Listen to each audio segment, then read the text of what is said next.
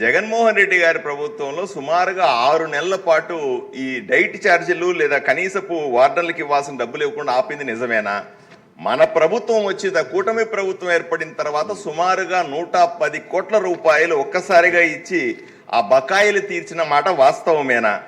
రెండవది, రాయలసీమలో ఏమైనా ఈ గురుకులాలకు సంబంధించిన ఎక్కువ డిమాండ్ ఉంది, వలసలు ఎక్కువ పోతా ఉంటారు, ఒక్క సీటు కోసం 15 మంది విద్యార్థులు పోటీ పడుతున్నారన్న మాట వాస్తవమేనా?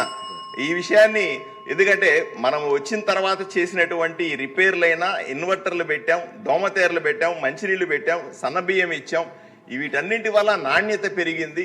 దీనివల్ల అడ్మిషన్లు ఏమైనా పెరిగినాయా లేదా ఇంతకుముందు ఉన్న డ్రాప్ అవుట్స్ కంటిన్యూ అవుతున్నాయా అన్న విషయాన్ని మంత్రి గారిని కోరుతున్నాను అధ్యక్ష.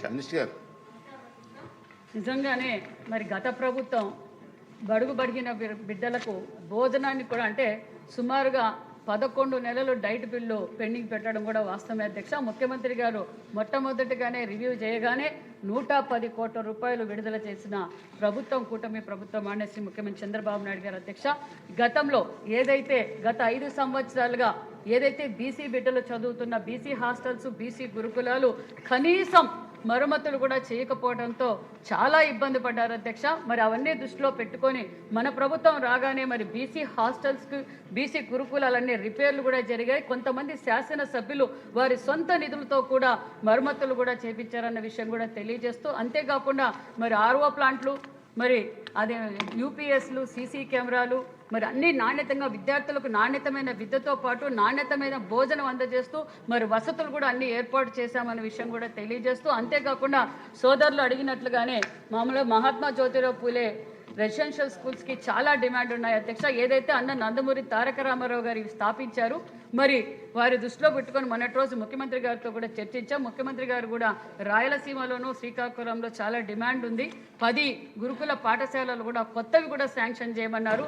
గతంలో ఏదైతే 14-19లో ఆగిపోయిన గురుకుల పాఠశాలలు కూడా 80 కోట్ల రూపాయలు మరి నిధులు కూడా కేటాయించడం జరిగింది. అంతేకాకుండా పాత గురుకుల పాఠశాలల బిల్డింగుల కోసం కూడా ముఖ్యమంత్రి గారు 800 కోట్ల రూపాయలు కూడా శాంక్షన్ చేయడం కూడా జరిగింది. అంతేకాకుండా పిల్లలకు నాణ్యతమైన భోజనం కోసం ఏదైతే మన విద్యాశాఖ మంత్రి గారు రాష్ట్ర వ్యాప్తంగా పిల్లలందరికీ సూపర్ ఫైన్ రైస్ అందజేస్తున్నారో అందులో కూడా మరి చాలా మా గురుకుల పాఠశాలలోనూ హాస్టల్స్లో కూడా సూపర్ ఫైన్ రైస్ అందజేయటం, మరి విద్యార్థులకు పర్సెంటేజ్ కూడా బాగా పెరిగింది. మరింతగా ఈ సంవత్సరం మరింత పర్సెంటేజ్ పెంచడానికి కూడా మేము ప్రయత్నం చేస్తున్నాం, తగు జాగ్రత్తలు తీసుకుంటున్నాం అన్న విషయం కూడా మీకు తెలియజేస్తున్నాం అధ్యక్ష.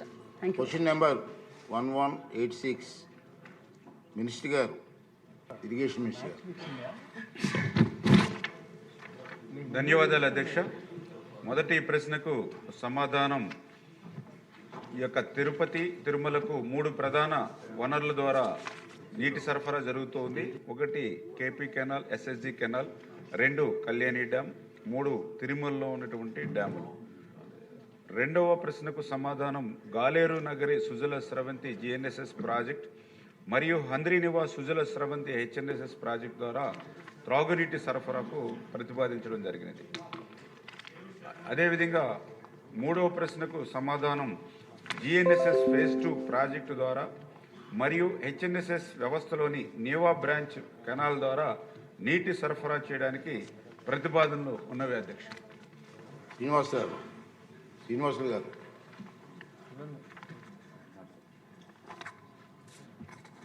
ధన్యవాదాలు అధ్యక్ష. తిరుపతి నగరంలో తాగునీటి సమస్య చాలా తిరుపతికి తిరుమలకు ఇంకొక పక్క చాలా ఇబ్బందికరంగా ఉంది అధ్యక్ష. ప్రస్తుతం జనాభా విపరీతంగా పెరిగింది. దాదాపు 1,00,000 ఇళ్ళు ఉన్నాయి. వాణిజ్య సంస్థలు, హాస్పిటల్స్, హోటల్స్, హోమ్ స్టేలు, అది కాకుండా తిరుపతికి, తిరుమలకు వెంకటేశ్వర స్వామి దర్శనానికి రోజుకు 70,000 నుంచి 1,00,000 మంది వచ్చే అవసరాలు ఉన్నాయి.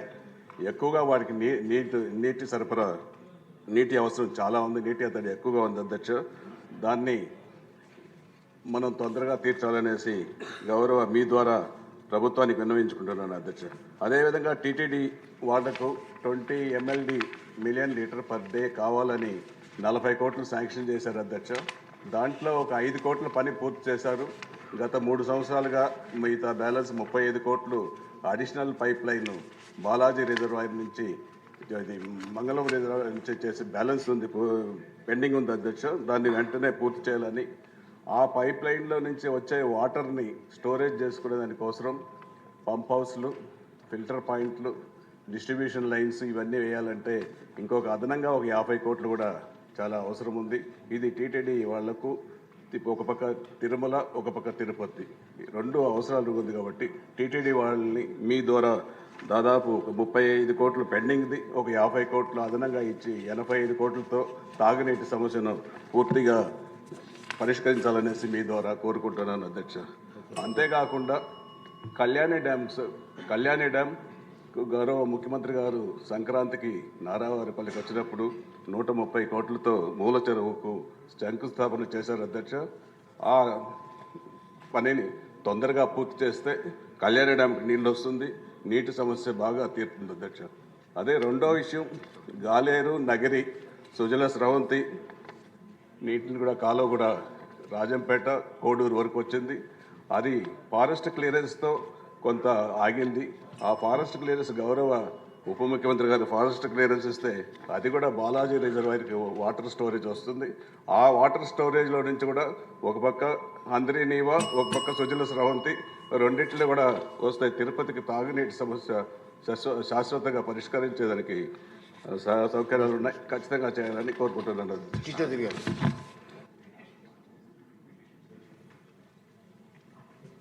అధ్యక్ష, మా నియోజకవర్గానికి సంబంధించి ప్రధానమైన సమస్య మీరు దృష్టిలో పెడుతున్నాం. పిటిషన్ మీరు సమర్పించాలని ఒకటి సార్ ఇది దానికోసం వచ్చినవారు కదా మినిస్టర్ గారు. ధన్యవాదాలు అధ్యక్ష. ఏదైతే తిరుమల, తిరుపతికి సంబంధించి 3 ప్రధాన వనరుల ద్వారా, అంటే ఏదైతే తిరుపతికి సంబంధించి 5 లక్షలు, అదేవిధంగా ప్రతిరోజు కూడా 70,000 మంది ఏదైతే ఫ్లోటింగ్ జనాభా ఏదైతే ఉంటుందో ఈ అవసరాలకు తగ్గట్టుగా ఒకటి కేపీ కెనాల్, ఎస్ఎస్జి కెనాల్ నుంచి, అంటే మన తెలుగు గంగా ప్రాజెక్టు 88వ కిలోమీటర్ దగ్గర నుండి 82 క్యూసిక్కుల నీరు 4 పంపుల ద్వారా రామాపురం కైలాసగిరి రిజర్వాయర్కి తీసుకెళ్తున్నాం అధ్యక్ష. ఈ యొక్క రామాపురం రిజర్వాయర్ సామర్థ్యం 200 MCFT, రోజుకి 2 MCFT, అంటే రోజుకి 56.63 MLD వాటర్ని మనం సరఫరా చేస్తున్నాం అధ్యక్ష. రెండవది ఏదైతే కళ్యాణి డ్యామ్, ప్రస్తుతం ఇది సెల్ఫ్ క్యాచింగ్గా ఉన్నటువంటి పరిస్థితి అధ్యక్ష. దీని సామర్థ్యం చూస్తే 0.91 TMC, రోజుకి 1.0 MCFT, అంటే 28.32 MLD నీరు తిరుపతికి ఇస్తూ ఉన్నాం. అదేవిధంగా రోజుకి 0.5 MCFT, అంటే 14.16 MLD తిరుమలకు ప్రస్తుతం త్రాగునీరు ఇస్తున్నాం అధ్యక్ష. ఈ రెండు కాకుండా మూడవది తిరుమలలో డ్యాములు, అంటే ఏదైతే గోగర్భం డ్యాము, ఆకాశగంగ డ్యాము, పాప వినాశనం డ్యాము, గుమ్మారధార డ్యాము, పసుపుధార డ్యాము ద్వారా కూడా మనం వాటర్ ఇస్తూ ఉన్నాం అధ్యక్ష.